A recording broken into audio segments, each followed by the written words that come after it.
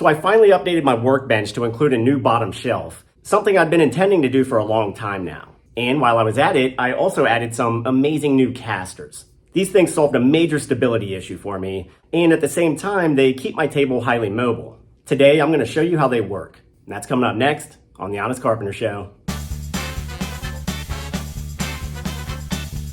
So I built this table on the channel a couple summers ago, and it's been great. I still like this design, and it's incredibly strong. I put large casters on it at the time because I have to swing the table around a lot so I can shoot things at different angles for the show. But the problem is, even though these large casters are lockable, they still wobble a bit sometimes when I'm working with tools. It's nothing major, but it's distracting on camera. I finally decided I had to create a little more stability, especially because I'm shooting some of my most important content yet. It's my very first online course, Power Tools Explained, a deep dive on the 20 most important power tools for DIYers. This is really in-depth content made for people who are just now getting into DIY or carpentry who want straight answers on the single most important factor in all trade work, power tools. This seemed like the best place to start for courses because it's so fundamental, and I'm aiming for a launch by mid-August. I needed to move fast though because the shoot has been very grueling. It's a lot of work. So naturally I sped up the workbench remodel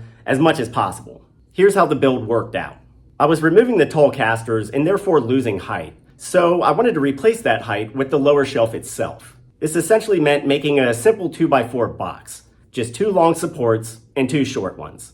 I shot them together with a framing gun, a tool I'm talking about in depth in the new course, as well as the compressor that runs it. But I also added one simple 2x4 stretcher in the center of the table for a little extra span support. Then I quickly ripped down a sheet of 1/2-inch ply with a circular saw and screwed it down to the 2x4 frame. I flipped the table and pre-drilled holes for toenail screws in the underside of the existing legs. Then I just laid the frame on the legs upside down and tied them in with 3-inch deck screws at multiple points. The simplest solution. I did take a moment here to eyeball the 2x4s for high spots. I don't want this thing rocking on the floor at all, so I did a little cleanup work with the electric planer. I also talk about the planer in the new course. It's an awesome, often overlooked tool. This removed the crowns in the wood, and I could then flip the table right side up and it would sit flat. Now, these new casters are cool because they allow the table to sit flush on the floor, but they also allow you to raise the table with lockable levers, which you can activate with just your foot. There are a lot of models of these things out there, but the ones that I got have a 900-pound rating, which is plenty for me. And they're super easy to install because they side mount with several screws through a plate. I position them on the ends of the table, which gets them away from the more common workspace on the longer sides.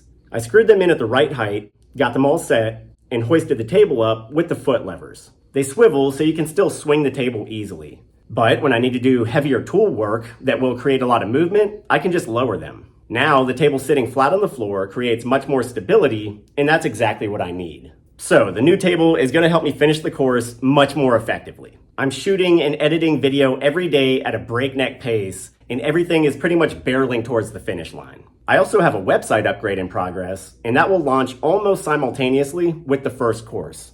If you're new to DIY, or you know somebody aspiring to get into carpentry, check out the course when it launches. Power Tools Explained. I cover all of the most important power tools in depth, so you won't have to go scouring the internet for months to piece together this information. It's all very clearly explained in one convenient place. You won't want to miss it, so please be sure to sign up for the newsletter. You can do that at my old website right now. That's the best way to stay up to date. I'll link it below, and I'll also link various casters in case you're interested in getting a set. They're a great accessory. But that's it for today. Just wanted to show you that. I'm about to go straight back to work on the course, and I promise it will be ready soon. So happy upcoming 4th of July, everyone. I hope you all stay safe and enjoy your week. Thanks so much for watching. I'll see you soon.